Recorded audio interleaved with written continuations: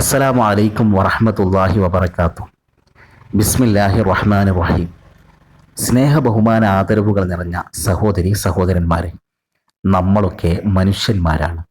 തെറ്റ് മനുഷ്യ സഹജവുമാണ്. നമ്മളിൽ നിന്ന് തെറ്റുകുറ്റങ്ങൾ സംഭവിച്ചേക്കാം.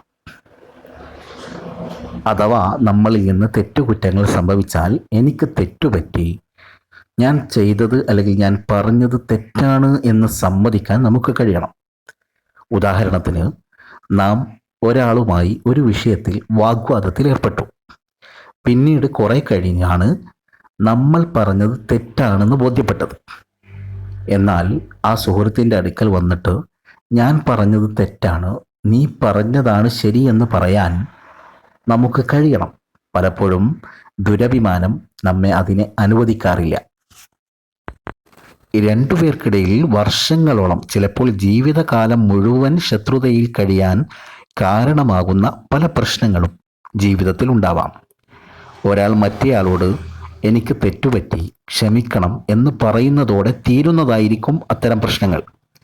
ഞാൻ വാക്ക് പാലിച്ചില്ല, അസഹ്യമായ തമാശ പറഞ്ഞ് കുത്തി നോവിച്ചു, എന്നോട് ക്ഷമിക്കണം എന്ന് പറയുന്നതോടെ തീരുന്നതായിരിക്കും അത്തരം പ്രശ്നങ്ങൾ ആളിക്കത്തിക്കുന്നതിന് മുമ്പ് തന്നെ വേഗം തീപ്പൊരി അണക്കാൻ നാം ശ്രമിക്കണം. ഞാൻ ഖേദിക്കുന്നു, ഞാൻ ക്ഷമ യാചിക്കുന്നു, നീ നല്ലതേ വിചാരിക്കൂ എന്നിങ്ങനെ വിനയപുരസരം ആളുകളോട് ഇത്തരം വാക്കുകൾ പറയുന്നത് എത്ര നല്ലതാണ്. അബൂദർ റളിയല്ലാഹു അൻഹുവും ബിലാൽ റളിയല്ലാഹു അൻഹുവും തമ്മിൽ എന്തോ തർക്കം നടന്നു. പ്രവാചകന്റെ അനുചരന്മാരായ അവരും മനുഷ്യരത്രേ. കോപം വന്ന അബൂദർ റളിയല്ലാഹു അൻഹു ബിലാൽ റളിയല്ലാഹു അൻഹുവിനെ കറുത്ത അടിമ സ്ത്രീയുടെ മകനെ എന്ന് വിളിച്ചു. അദ്ദേഹം പ്രവാചകനോട് അതേപ്പറ്റി പരാതി പറഞ്ഞു. നീ ബിലാലിനെ ചീത്ത വിളിച്ചോ? നബി സല്ലല്ലാഹു അലൈഹി വസല്ലമ തങ്ങൾ ചോദിച്ചു. അതെ. അദ്ദേഹത്തിന്റെ മാതാവിനെ പറഞ്ഞോ? അബൂദർ റളിയല്ലാഹു അൻഹു പറഞ്ഞു, അതേ പ്രവാചകരെ, ഞാൻ അദ്ദേഹത്തിന്റെ മാതാവിനെ വിളിച്ചു.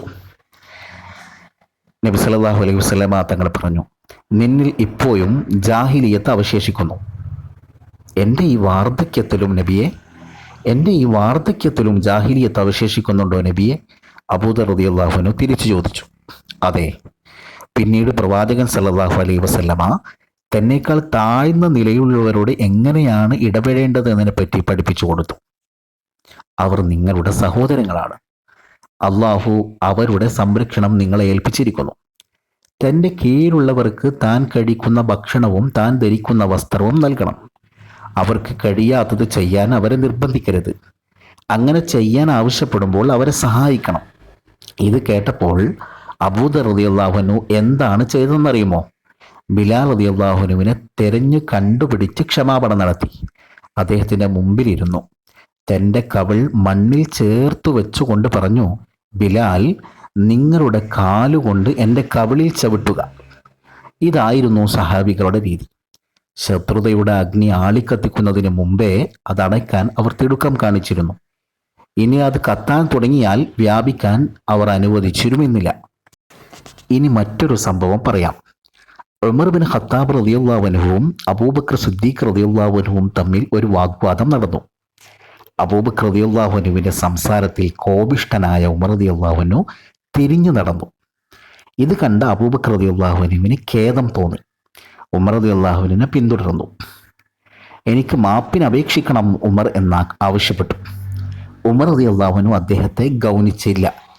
അബൂബക്കർ റളിയല്ലാഹു അൻഹു ആവട്ടെ ക്ഷമാപണം തേടി. അദ്ദേഹത്തിന്റെ വീട് വരെ പിന്തുടർന്നെങ്കിലും അദ്ദേഹം വാതിൽ കൊട്ടിയടച്ചു. അബൂബക്കർ റളിയല്ലാഹു അൻഹു പ്രവാചക സവിധത്തിലേക്ക് നടന്നു. ദൂരെ നിന്ന് അദ്ദേഹത്തെ കണ്ട പ്രവാചകൻ സല്ലല്ലാഹു അലൈഹി വസല്ലമ മുഖഭാവം കണ്ട് ഇങ്ങനെ പറഞ്ഞു, നമ്മുടെ സുഹൃത്തിന് എന്തോ സംഭവിച്ചിട്ടുണ്ട്. അബൂബക്കർ റളിയല്ലാഹു അൻഹു മൗനിയായിരുന്നു.